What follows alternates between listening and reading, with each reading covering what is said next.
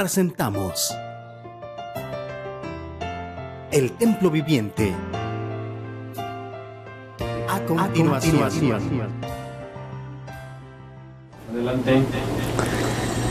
Queremos dar as boas-vindas a você que nos está acompanhando em esse tema de hoje. Estamos trazendo um tema muito importante da Palavra de Deus. Porém, antes queríamos fazer uma pequena propaganda que nós estamos preparando muitos materiais na área de reforma para a saúde, da obra médico-missionária também. Temos vários produtos que você vai ser beneficiado, ainda que nós não estamos aqui fazendo uma venda, porque o propósito aqui é dar informação, e especialmente a informação da Palavra de Deus. Esse livro é o mapa, a bússola que Deus nos colocou nas mãos para nos guiar nessa hora final. E a grande bênção, meu querido irmão, minha querida irmã, que a parte da Bíblia, a Palavra de Deus, nós temos hoje o dom do Espírito de Profecia marcando uma função muito importante para o remanescente. Por isso que hoje nós queremos trazer esta mensagem para você de saúde e profecia. Saúde e profecia. No passado, os discípulos pregavam a profecia, pregavam o reino dos céus e curavam as pessoas. Jesus deu o exemplo. E o povo de 1844, os pioneiros, eles tinham uma mensagem profética, eles estudavam a profecia, eles conheciam a palavra de Deus e eles também aprenderam os tratamentos naturais, abriram sanatórios e pregaram a reforma para a saúde. Hoje nós somos convidados a ser parte do remanescente para esta hora e aprender, como diz o apóstolo São Paulo, em 1 Coríntios 10:31, portanto, quer comais, bebais ou qualquer outra coisa, fazei tudo para a glória de Deus. Por isso, meu querido irmão, eu te convido para que, com bastante reverência, possamos começar com uma palavra de oração. Querido Pai, te agradecemos, Senhor, por este privilégio de abrir a Tua Palavra. Ilumina nossa mente, o nosso coração, dá-nos discernimento, Senhor, das coisas sagradas, do tempo em que estamos vivendo. Ajuda-nos a entender quão cerca, Senhor, quão próxima está a Tua vinda e o fim de todas as coisas. Abençoa os nossos queridos, abençoa a Tua igreja, a Tua obra. Pedimos em nome de Jesus. Amém. Outra vez, quero pedir desculpa, hoje eu estou bastante afônico, mas nós queremos dizer de que nós estamos trazendo uma mensagem, ainda assim que nós estamos um pouco afônicos, mas procurando pregar esta mensagem de uma maneira que possa ser compreendida. Então nós também pedimos um pouco de perdão por estar aqui misturando o português e o espanhol, é que muito do material que nós estudamos e que temos aqui está em espanhol, está em inglês, então uma Babilônia na cabeça aqui de tanta confusão, mas vamos pouco a pouco trazendo esse material em português de maneira compreensível. Hoje o tema é muito importante, nós queremos dizer que estaremos fazendo menção sobre o derramamento do Espírito Santo. Talvez que esta expressão não é muito conhecida, a chuva serôdia e o selamento do povo de Deus. A chuva serôdia. A doutrina bíblica estava baseada na história, na geografia, nas plantações, na cultura, no comércio do povo judeu. E o povo judeu tinha, conforme a geografia da Palestina, uma chuva amena no começo do ano e uma chuva torrencial que era para preparar a colheita. Então aquela chuva amena era chamada chuva temporã, era a chuva primeira, era aquela chuva que que fazia brotar o grão na terra e crescer a planta. Não era uma chuva torrencial, era uma chuva suave e que umedecia a terra, proporcionava o crescimento da planta. Mas quando a planta já estava grande, que já estava o grão, então agora vinha a época da chuva serôdia, a chuva final, a chuva que ia agora proporcionar o amadurecimento do grão para a colheita, e a Bíblia usa essa expressão. Por isso eu vou ler contigo agora essa expressão. Nós encontramos, vamos começar no livro de Joel, porque são muitos os versículos que temos e o tempo é muito pouco. Joel, o profeta Joel, um livro menor, um profeta menor, diz assim, capítulo 2, versículo 23. Capítulo 2, versículo 23. Esse capítulo é um capítulo escatológico, faz menção ao tempo do fim. Alegrai-vos, ó filhos de Sião, e regozijai-vos no Senhor vosso Deus, porque Ele vos deu em justa medida, a chuva, a temporã e a serôdia.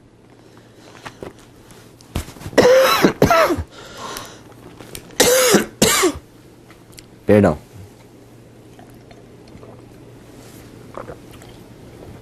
Então o profeta está mencionando que Deus derramava chuva em justa medida, a chuva temporã e a chuva serôdia como outrora.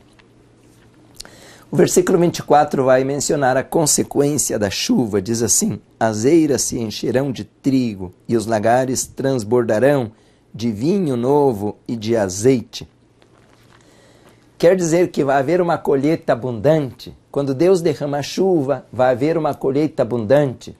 Essa expressão usada da agricultura do tempo do profeta Joel se aplica agora na escatologia sobre o derramamento do Espírito Santo. Por isso, meu querido irmão, nessa hora nós temos que estudar esse tema, porque é o Espírito Santo que vai promover o selamento. É o Espírito Santo que está trabalhando conosco para ajudar a amadurecer um povo para a colheita final. O livro de Zacarias, capítulo 10, Zacarias, capítulo 10, diz assim, Zacarias, capítulo 10, versículo 1, diz assim, pedi ao Senhor, versículo 1, Zacarias 10, 1, pedi ao Senhor chuva no tempo da chuva serôdia. É o Senhor que faz as nuvens de chuva. Ele dá chuvas copiosas aos homens e a cada um erva no campo. Então, meu querido irmão, a Bíblia está mencionando, como no Novo Testamento também, que nós devemos orar pela unção do Espírito Santo. Nós devemos pedir o Espírito Santo. Mas nós devemos pedir o Espírito Santo com um propósito específico, por o qual foi prometido. Eu não posso pedir o Espírito Santo para vanglória, para egoísmo, para orgulho, para possessão de coisas materiais. O Espírito Santo é dado ou prometido com propósito espiritual, permitir que seja feita uma colheita na terra, começando com a própria pessoa que se está consagrando para isso. Por isso que nós voltamos agora no livro de Joel, capítulo 2, e nós vamos encontrar nesse livro de Joel agora algo interessante. Joel, capítulo 2, nós encontramos uma referência muito usada e conhecida pelo apóstolo São Pedro nos seus sermões. Diz assim, o capítulo 2, versículo 28, Joel 2, 28, está falando o título aqui, o dia do Senhor. Joel 2, 28, aí está. E depois derramarei o meu espírito sobre toda a carne, e os vossos filhos e as vossas filhas profetizarão, os vossos velhos terão sonhos, os vossos jovens terão visões, até, diz o versículo 29, sobre os servos e sobre as servas, naqueles dias derramarei o meu espírito. E agora, a sequência, nós encontramos, pois, os sinais escatológicos da vinda do Senhor.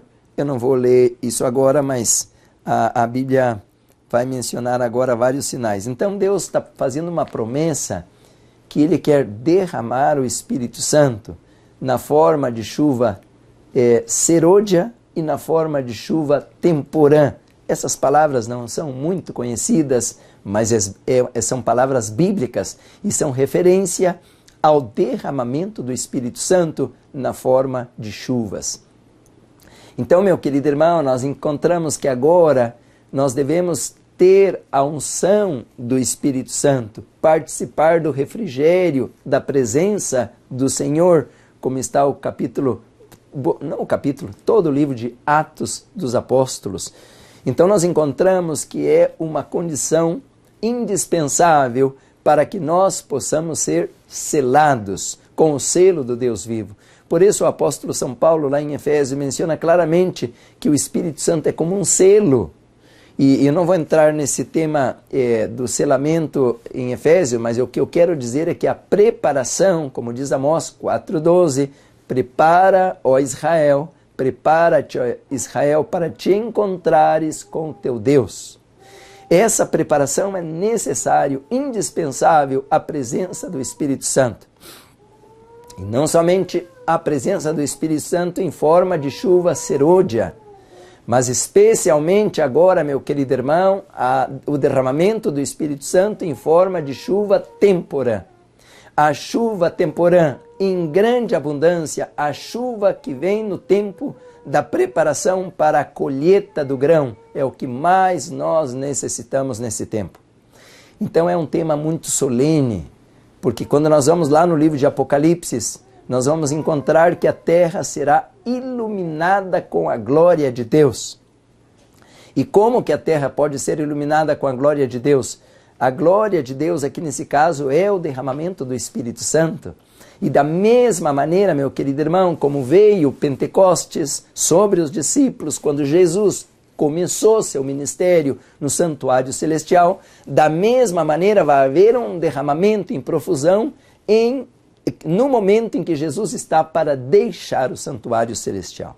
Então, não sei se você acompanhou o meu raciocínio, mas ao entrar Jesus no santuário, no lugar santo, veio um derramamento como consequência de ser entronizado, de ser ungido no céu, como diz o Salmo 133, quando que vem a unção sobre a cabeça de Arão, o azeite escorre e também vem sobre os filhos. E essa unção, no livro de Levítico, Êxodo, não era somente sobre o sumo sacerdote, era também sobre os filhos do sumo sacerdote.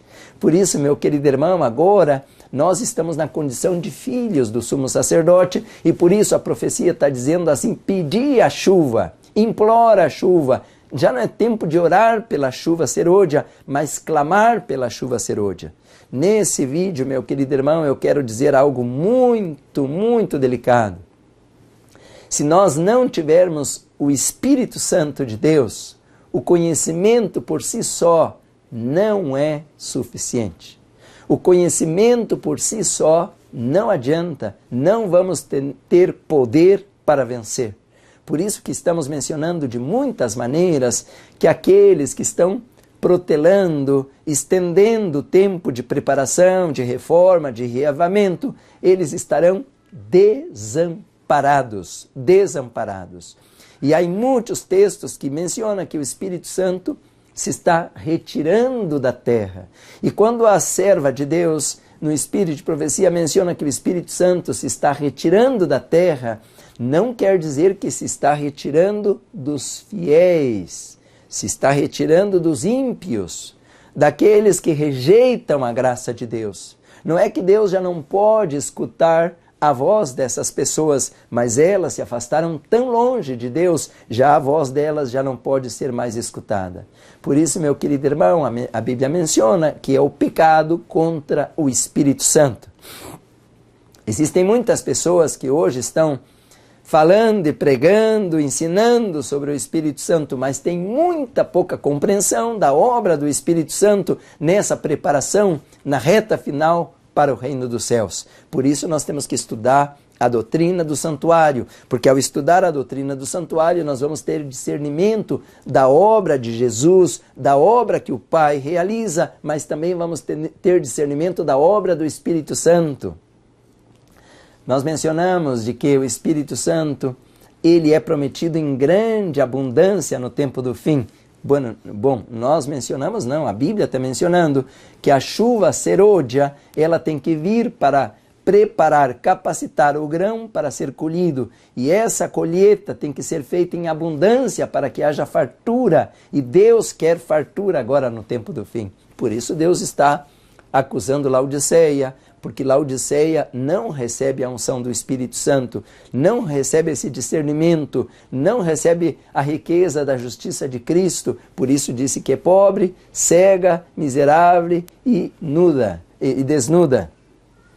Então Laodiceia se compromete com o Senhor, porque o Senhor Jesus em Apocalipse 3:20 está dizendo assim: estou à porta e chamo, estou tocando na porta. Se alguém ouvir e abrir a porta, entrarei em sua casa e cearei com ele e ele comigo. O que significa isso de estar tocando a porta?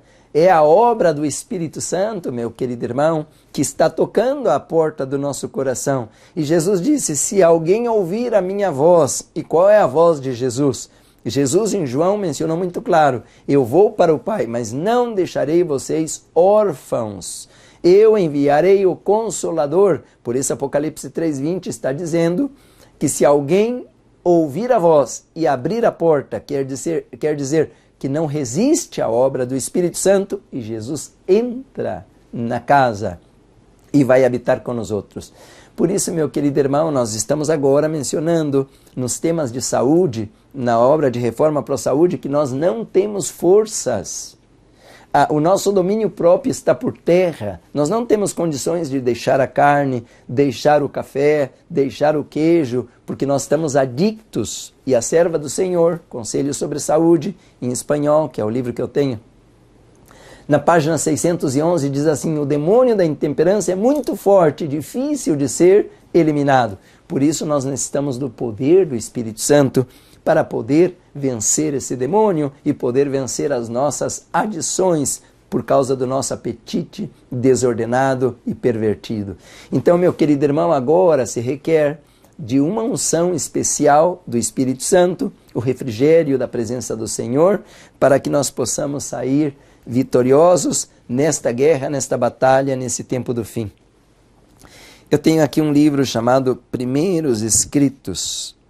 Primeiros Escritos. É um livro muito bonito, muito importante, a página 70, mas é o livro em espanhol, por isso talvez que não vai confirmar com a página em português. Mas o título, o tópico desse capítulo é Preparação para o Fim. Preparação para o Fim. Página 70 diz assim, está em espanhol, mas eu vou traduzir. Disse, também vi que muitos ignoram o que deve ser como deve ser a fim de viver à vista do Senhor durante o tempo de angústia, quando não mais tenham um sumo sacerdote no santuário. O contexto é muito claro. No momento que Jesus sai do santuário celestial, agora nós já não temos um intercessor. E vem a pergunta, e como nós vamos viver nesse tempo em que não exista mais um intercessor, um advogado diante do Pai e que intercede por nós? Então, meu querido irmão, aqui diz assim, os que recebem, ou que receberam, o selo de Deus, do Deus vivo e sejam protegidos no tempo de angústia, devem refletir plenamente a imagem de Jesus. Então, como nós vamos poder passar pelo tempo das pragas, passar pela grande tribulação, passar pelo tempo de decreto de morte, sem que nós tenhamos um advogado, ou um protetor, um intercessor diante do Pai por nós? Aqui disse que nós possuímos um privilégio. Nós temos uma roupa especial. Aqui disse, estas pessoas, eles têm a imagem de Cristo. Por isso, meu querido irmão, nós teríamos que voltar para a Bíblia outra vez. Eu vou ler contigo o livro de João, capítulo 14, versículo 15, pois esse versículo é muito conhecido. João 14, 15. E diz assim a palavra de Deus, João 14, 15. Qual é o segredo para poder adquirir a imagem de Cristo em nós? Diz assim a palavra de Deus. São João capítulo 14, versículo 15. Se me amais, guardareis os meus mandamentos. Esse versículo talvez não agrada a muitas pessoas, porque está falando que se nós amamos a Cristo, nós então vamos guardar os mandamentos. de Deus. Vou ler outra vez. Se me amais, guardareis os meus mandamentos. Mas não termina aí, Jesus segue falando. Versículo 15. Versículo 16. E eu rogarei ao Pai, e Ele vos dará outro Consolador, para que esteja convosco para sempre. Aqui está, então, uma condição. Nós não podemos ler o versículo 15 isolado, de maneira isolada. Nós temos que ler o versículo 14 para ter a compreensão correta de como é que nós podemos receber ou ser candidatos para receber a chuva serôdia e a chuva têmpora. Então diz muito claro aqui, se me amais, guardareis os meus mandamentos, e eu rogarei ao Pai, e Ele vos dará outro Consolador. De quem está falando? O versículo 17 diz assim, o Espírito da verdade, que o mundo não pode receber, porque não vê nem o conhece, mas vós o conheceis, pois habita convosco e estará em vós. Habita convosco, e estará em vós. De duas maneiras, o Espírito Santo nos acompanha, ele está conosco e está em nós. Quer dizer que o Espírito Santo quer habitar em nós. Por isso nós estamos sempre lendo nesses programas de saúde o que nós encontramos em 1 Coríntios. Estes textos não agradam a muitas das igrejas, porque 1 Coríntios faz perguntas como que, com surpresa, disse que ignorais que o vosso corpo é o Espírito Santo e que não sois de vós mesmos, ou não sabeis que o nosso corpo é o templo do Espírito Santo e que se alguém destruir esse corpo, Deus o destruirá porque ele foi comprado por preço? Quer dizer, são perguntas. Você não sabe isso? É o básico. São Paulo como que está admirado e aqui está deixando bem claro que Jesus disse assim agora no versículo 18, não vos deixarei órfãos, virei para vós. E ele está falando de quem? Da obra do Espírito Santo. E meu querido irmão, nós podíamos até ir cavando mais profundo, porque aqui diz assim no versículo 23. Respondeu-lhe Jesus, aí mesmo no capítulo 14, versículo 23. Respondeu-lhe Jesus, se alguém me amar, guardará a minha palavra, meu Pai o amará. E que diz aí? E viremos a ele. No plural, de quem está falando? Jesus primeiro falou, lá no capítulo 14, 15 até o 18, estava falando do Espírito Santo, mas no versículo 23 ele está falando de quem? Do Pai. Em outras palavras, quando disse, e viremos, versículo 23, e viremos para ele, nele faremos morada. Quem quer fazer morada em nós? O Pai, o Filho e o Espírito Santo. Por isso, meu querido irmão, agora no tempo do fim, vai existir um povo aqui na terra que vai receber esta unção completa. O selo de Deus não é somente um dia que nós guardamos, não é somente palavras suaves que hablamos porque não amaldiçoamos a ninguém, é também ter um caráter que reflete a presença do Pai, do Filho e do Espírito Santo.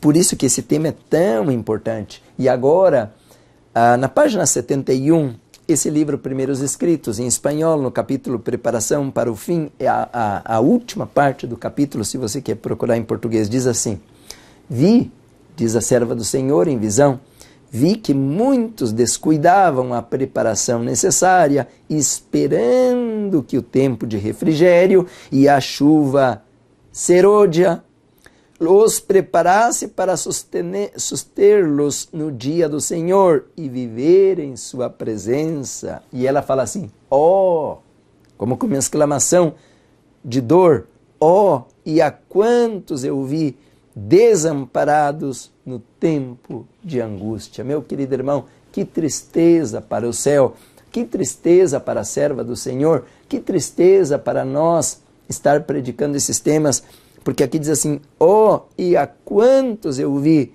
desamparados no tempo de angústia. E por quê? Escuta isso. Haviam descuidado a preparação necessária e, portanto, não podiam receber o refrigério indispensável para sobreviver à vista de um Deus santo.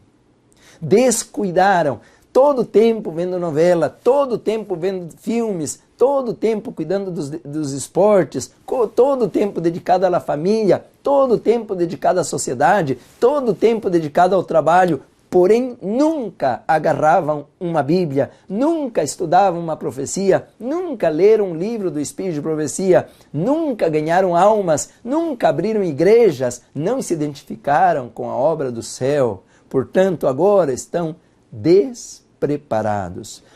Por isso estamos colocando todo esse material, porque agora a porta da graça vai fechar.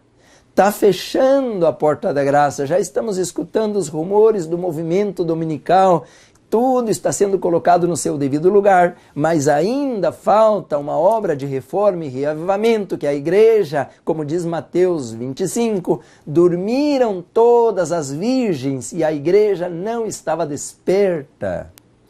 E diz aqui, meu querido irmão, minha querida irmã, passou o tempo, como diz em Jeremias 8:20, passou a cega, terminou o verão e não estamos salvos. Terminou o tempo, fechou a porta da graça. Disse, haviam descuidados a preparação necessária. O que significa isso, a preparação necessária? Eu mencionei de Amós 4:12, que disse, prepara-te, ó Israel, para encontrar-te com teu Deus. Agora é o tempo de ler a Bíblia, agora é o tempo de decorar os versículos de memória, reter essas mensagens na nossa mente. Agora é o tempo de aprender, de pregar, de visitar, tocar portas, dar estudos. Agora é o tempo de aprender a obra médico-missionária e viver a reforma pró-saúde. Agora, meu querido irmão, é o tempo de abrir igrejas, de pregar, de anunciar, de contribuir com a oferta, com o dízimo para a pregação do Evangelho. Agora é o tempo. Mas quando fecha a porta da graça, eu pergunto, qual é a razão de trazer algum dinheiro, querer dar algum estudo bíblico ou de querer servir a Deus? Acabou, acabou. E como Judas, muitos dirão, tarde demais. Por isso, meu querido irmão, aqui diz assim, a serva do Senhor, assim, quem se nega a ser talado pelos profetas, ou burilado, ou preparado, não? E a purificar as suas almas, obedecendo a toda a verdade, aqueles que presumam estar em condição muito melhor do que em realidade estão, chegarão ao tempo em que caiam as pragas e verão que lhes tivesse sido melhor ou necessário que os preparasse e os enquadrassem para a edificação, pero já não haverá tempo para isto, nem tampouco mediador que vai interceder por eles diante do Pai. Então, meu querido irmão, ao momento em que Jesus muda ou tira as roupas sacerdotais, já não existe perdão, já não existe salvação, já não existe intercessão. E ao tirar as roupas sacerdotais, Jesus vai pôr as roupas reais.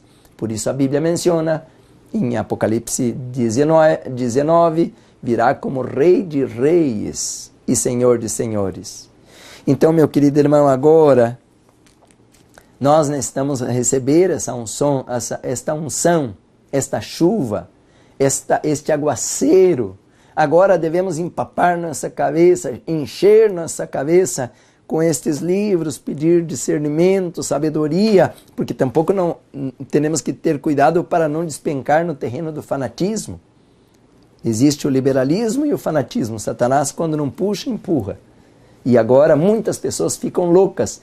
Tudo é vegetarianismo, tudo é condenar os outros, tudo agora é farisaísmo, hipocrisia. Não, nós temos que cuidar com os extremos. A mesma página 71 diz assim, vi que ninguém podia participar do refrigério, da presença do Senhor, do Espírito Santo, a menos que haja vencido todas as tentações e triunfado sobre o orgulho, o egoísmo, o amor ao mundo e toda palavra e obra que são más. Você vai dizer assim, pastor, nunca me ensinaram isso? Pois nós estamos agora trazendo esta luz, porque o Senhor nos ha tocado o coração para isso. O Senhor ha aberto esses canais de comunicação, televisão, as redes sociais, a internet, para que possamos ainda, no último momento, num esforço sobrenatural, porque agora temos pouco tempo para a preparação, receber esta unção, a chuva serôdia. Mas nós nunca podemos receber a chuva serôdia sem primeiro receber a chuva tempora. Então, meu querido irmão, eu vou ler outra vez aqui, diz assim, vi que ninguém podia participar do refrigério, ou quer dizer, ninguém pode receber o Espírito Santo, a menos que haja vencido todas as tentações e triunfado sobre o orgulho, egoísmo, o amor ao mundo e toda palavra e obras más. Então agora nós temos que chegar a uma condição de pureza, de santificação, de perfeição, de unção espiritual, ao qual nós talvez nunca sonhamos, nunca imaginamos. Por isso nós temos que gastar os nossos joelhos, orando todo o tempo, suplicando a graça, o perdão de Deus, a misericórdia de Deus, porque o que nós não fizemos em tempo de paz, de bonança, de prosperidade, tranquilidade, vamos ter que fazer agora em tempo de crise, em tempo de angústia, em tempo de tribulação, porque, meu querido irmão, passou o tempo e nós não fizemos ou não concluímos a obra como devíamos haver concluído. Existe muita luz e que é triste que não nos ensinaram a luz completa. Aqui está mencionando claramente que Deus requer de obediência. Nós devemos aprender a doutrina do santuário. E você vai dizer assim, pastor, você está falando do Espírito Santo, agora está falando do santuário.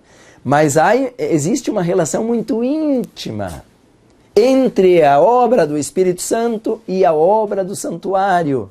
E você vai dizer, mas eu nunca escutei isso. Então, põe atenção. No mais um versículo, porque existem muitos, né?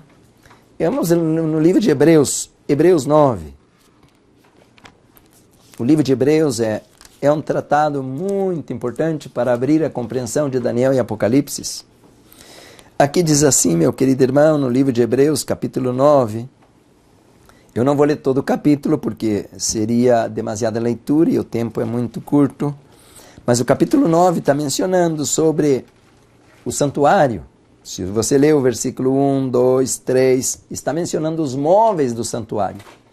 E que rápido menciona sobre o lugar santo. Não menciona o átrio, porque no tempo do apóstolo Paulo, o átrio já estava no passado. Ele não menciona o átrio aqui no capítulo 9. Ele começa a mencionar, do versículo 2 em diante, ele começa a mencionar o lugar santo. E depois passa para o lugar santíssimo. Que interessante que ele dá pouca ênfase no lugar santo e começa a falar muito sobre o lugar santíssimo.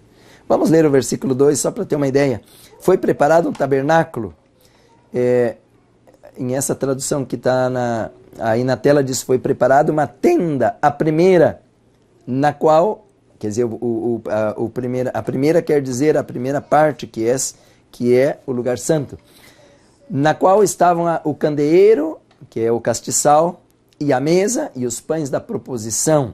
A essa se chama o lugar santo. Tá bem fácil de entender, porque Paulo menciona os móveis e dá o nome do lugar. Versículo 3.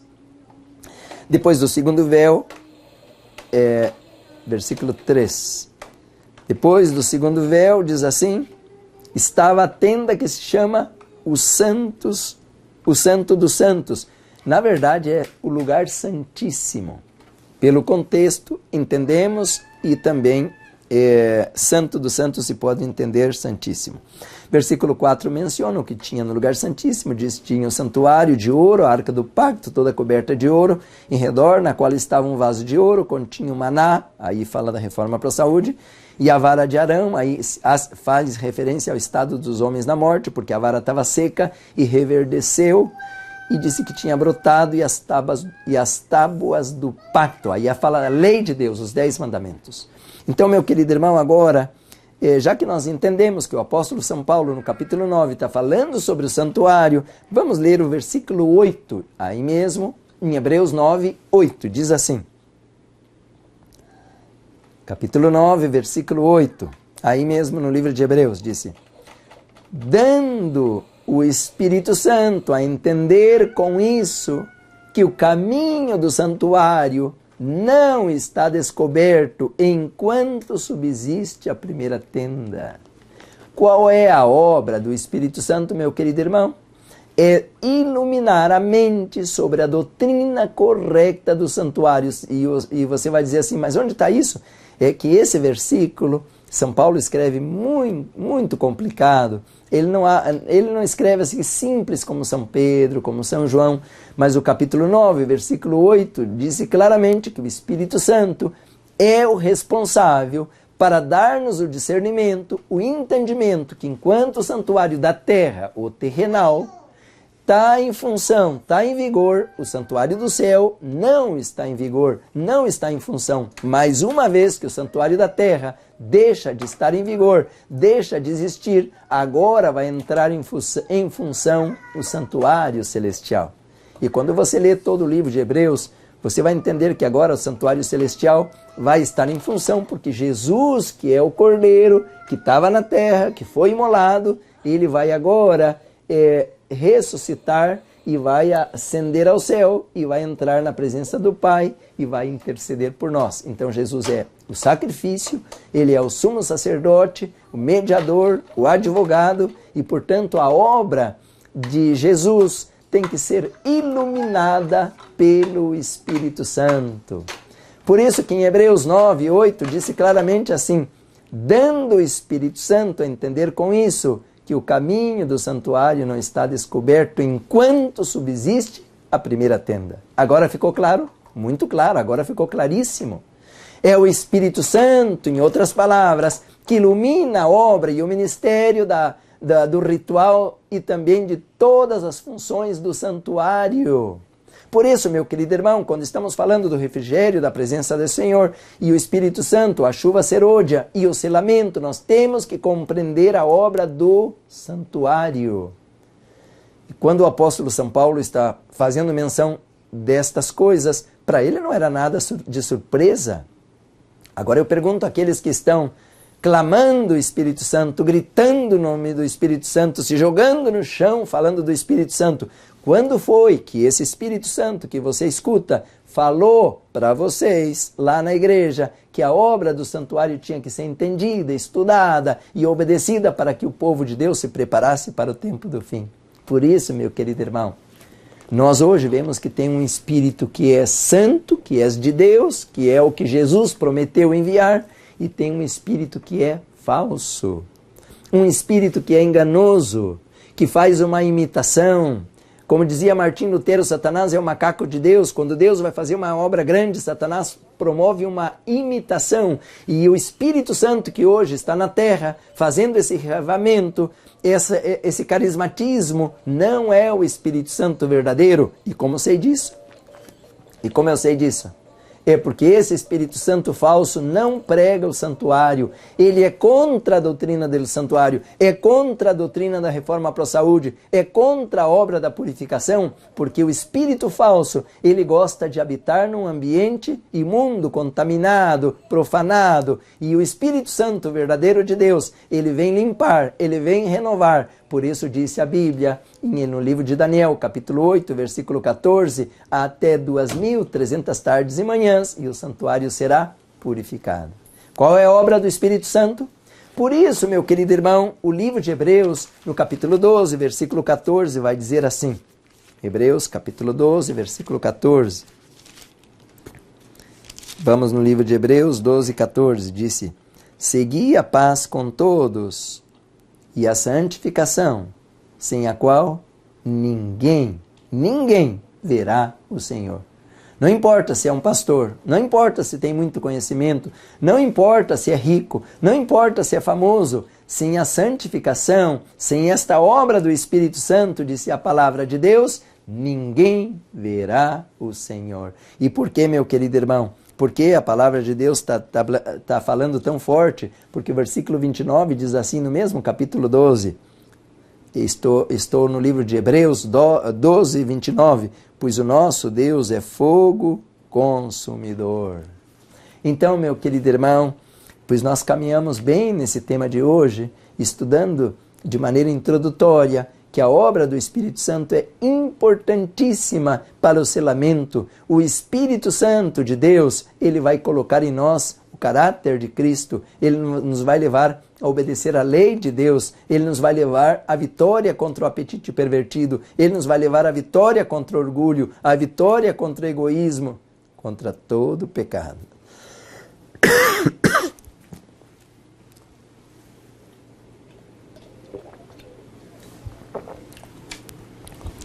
Pois com essa mensagem, agora nós podemos construir vários outros temas, porque vamos conversar sobre o selamento do povo de Deus. Nós vamos conversar o que vai acontecer durante o tempo de angústia.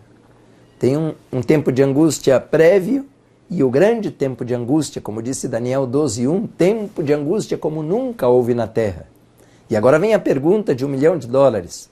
Se a angústia vai ser tão tremenda, tão terrível, como Satanás não consegue matar o povo de Deus? Como Satanás não consegue levar mais o povo de Deus a pecar? É porque o Espírito Santo vai ser derramado como no Pentecostes. Por isso, meu querido irmão, minha querida irmã, nós temos que agora dar uma avaliada outra vez na Bíblia. Nós temos que começar a estudar tudo outra vez, porque o cristianismo que nos ensinaram é um cristianismo barato, é um cristianismo abstrato, é um cristianismo vazio. Eu vou dar um exemplo, porque nas igrejas que eu vou, eu prego sobre isso. Vamos dizer que eu chego aqui e chego atrasado e digo assim, me perdoem, é que eu vim aqui na Interestatal ou na Freeway, e eu vinha rápido para chegar em tempo e de repente veio um caminhão com aquele tamanho todo, 18 pneus, e agora passou por cima do meu carrinho, eu estou aqui por um milagre, foi um acidente terrível, acabou com o meu carro. E aí as pessoas vão olhar para mim assim e dizer assim, mas você não tem nenhum arranhão, não tem nada. Então ninguém vai acreditar numa mentira tão grande, que eu fui atropelado por um caminhão de 18 pneus e não tenho nenhum arranhão. Quer dizer, agora nós chegamos e dizemos assim, eu sou um cristão. Quer dizer, os 3 maiores poderes do universo me possuíram. Isso é ser um cristão, porque eu já acabei de ler que vem o Pai, vem o Filho, vem o Espírito Santo.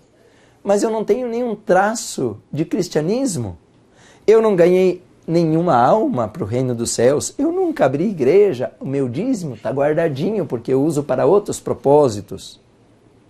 Como eu posso dizer que eu sou um cristão e não ter nenhum traço de cristianismo? Por isso, meu querido irmão, agora Deus vai passar por alto aquele grupo de pessoas que nunca se importaram com a obra de Deus, com o plano de Deus, com a doutrina verdadeira, e Deus vai buscar agora aqueles que são sinceros e que nunca tiveram luz da verdade presente. Por isso, então, agora nós temos que ensinar esta doutrina correta para aqueles que vêm na última hora, os obreiros da 10ª hora, possam aprender de maneira correta. Vamos começar no livro de Atos dos Apóstolos, Atos, capítulo 1, versículo 8, e é um versículo muito conhecido. Vamos ler Atos 1:8. E diz assim a poderosa palavra de Deus: mas recebereis poder, dinamis, ao descer sobre vós. Quem vai descer? A chuva serôdia. E diz assim, mas recebereis poder ao descer sobre vós o Espírito Santo, e ser-me-eis testemunhas, tanto em Jerusalém, como em toda a Judéia e Samária e até os confins da terra. Ficou claro o texto? Claro que sim. O Espírito Santo é dado para quê? Para testemunhar, para que sejamos um instrumento de Deus na pregação do Evangelho. Meu querido irmão, nós estamos aqui nos esforçando para trazer essas mensagens. Essa madrugada, trabalhando no computador, trabalhando nos temas, Fomos dormir, eu fui dormir à 1 da madrugada, mas a equipe de técnicos continuou trabalhando na madrugada, porque temos urgência. Não estamos aqui gastando tempo, indo na praia, de barriga para cima, dormindo, sábado de tarde. Estamos pregando, viajando, dando temas, dando o seminário de saúde, o seminário de obra médico-missionária, para que um grupo de pessoas possa estar preparado. Porém, se você não faz nada, não vai vir o poder, não vai vir a vitória. Nós necessitamos agora tomar decisões rápidas, decisões claras, para que possamos mudar o rumo da nossa vida, porque a palavra de Deus disse que ao vir o poder do Espírito Santo, nós vamos ser transformados em testemunhas. E que interessante é isso, se você lê Atos 1:8, agora lê Atos 8:1. Vamos agora ler Atos capítulo 8, versículo 1. Vamos reverter aqui os números. E diz assim: também Saulo foi o apóstolo Paulo depois no futuro, disse assim, vou ler na outra tradução que está na tela, disse: naquele dia levantou-se grande perseguição contra a igreja que estava em Jerusalém, e todos, exceto os apóstolos, foram dispersos pela região da Judeia e Samaria. A minha tradução diz assim também: Saulo consentia na morte dele, está falando na morte de Estevão, e fez-se uma grande perseguição e a igreja foi dispersa. E aí, meus irmãos, qual foi o resultado? Eles pregavam o evangelho em toda parte. Também agora, ao vir o derramamento do Espírito Santo, também virá uma grande perseguição. Essa perseguição não é para destruir a igreja, tanto que os 144.000 não conhecerão a morte. Essa perseguição é para purificar o povo de Deus. Nós vamos entrar num tempo de prova, como a história de Jó. Nós encontramos claramente a história do grande conflito entre o bem e o mal e como Satanás queria destruir o remanescente. Nós agora vamos passar por uma grande perseguição para aprender a lição ou as lições que nós não aprendemos nos últimos anos da nossa vida, a depender do poder do Espírito Santo. Meu querido irmão, minha querida irmã, nós encontramos que o Espírito Santo é o que nos capacita. E a parte de nos capacitar, ele com Cristo, com nosso Salvador, ele também intercede por nós, porque ele conhece a nossa debilidade. Lê comigo o livro de Romanos, capítulo 8. Aí habla bastante da obra do Espírito Santo. Romanos, capítulo 8, aqui fala claramente, no versículo 9, vós, porém, não estáis na carne, mas no Espírito, se é que o Espírito de Deus habita em vós. Capítulo 8, versículo 9, disse: se é que o Espírito Santo, livro de Romanos, creio que Romanos. Disse então, capítulo 8, versículo 9, vós, porém, não estáis na carne, mas no Espírito, se é que o Espírito de Deus habita em vós. Mas se alguém não tem o Espírito de Cristo, esse tal não é dele. E por que nós necessitamos de ter o Espírito de Cristo? Versículo 26. Aí mesmo, Romanos 8, 26. Da mesma maneira, também o Espírito ajuda em quê? Nas nossas fraquezas. O Espírito Santo, ele vai completar o incompleto. Ele vê a nossa condição e disse aqui, ajuda as nossas fraquezas. Não sabemos.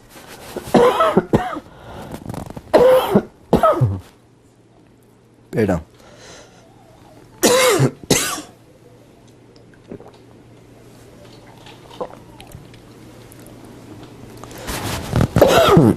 Disse assim: não sabemos o que havemos de pedir como convém, mas o mesmo Espírito intercede por nós com gemidos inexprimíveis. Que versículo poderoso! Que versículo solene! Nunca nos ensinaram isso.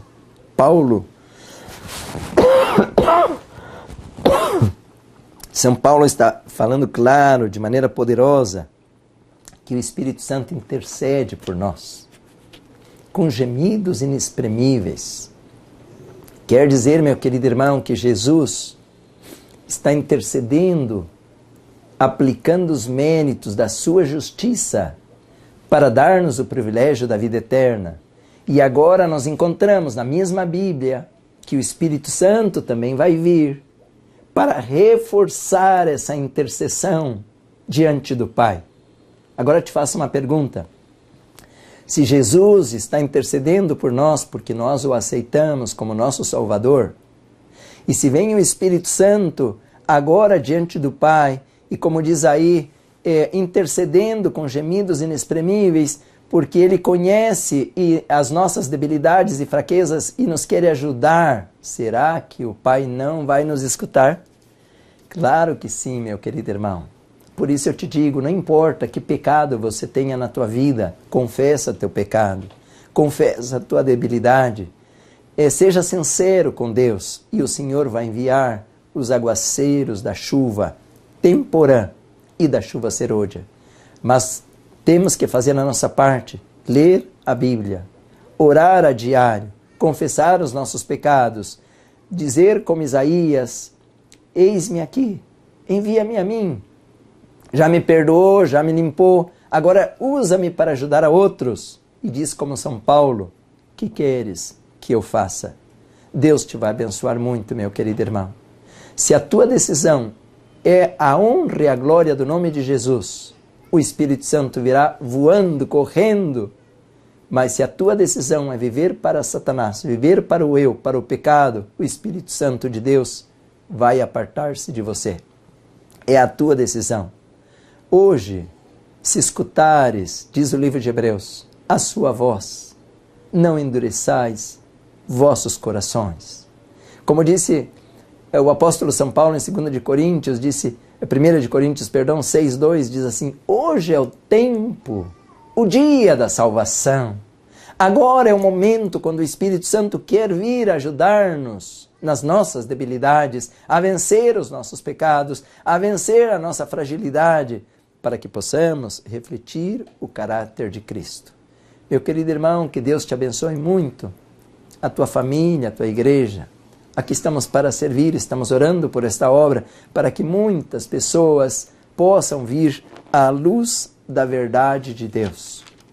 Então, nesse momento, eu quero terminar com essa leitura, como disse o apóstolo São Paulo. Eu creio que